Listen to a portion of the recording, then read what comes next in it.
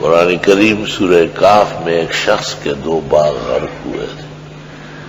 حق تعالیٰ کہتے لولا اذ دخلت جنتک قلت ما شاء اللہ لا قوت الا باللہ، ما شاء اللہ لا قوت الا باللہ کہہ کر کے داخل ہو جاتا تو باغ غرق ہونے سے بچ جاتے.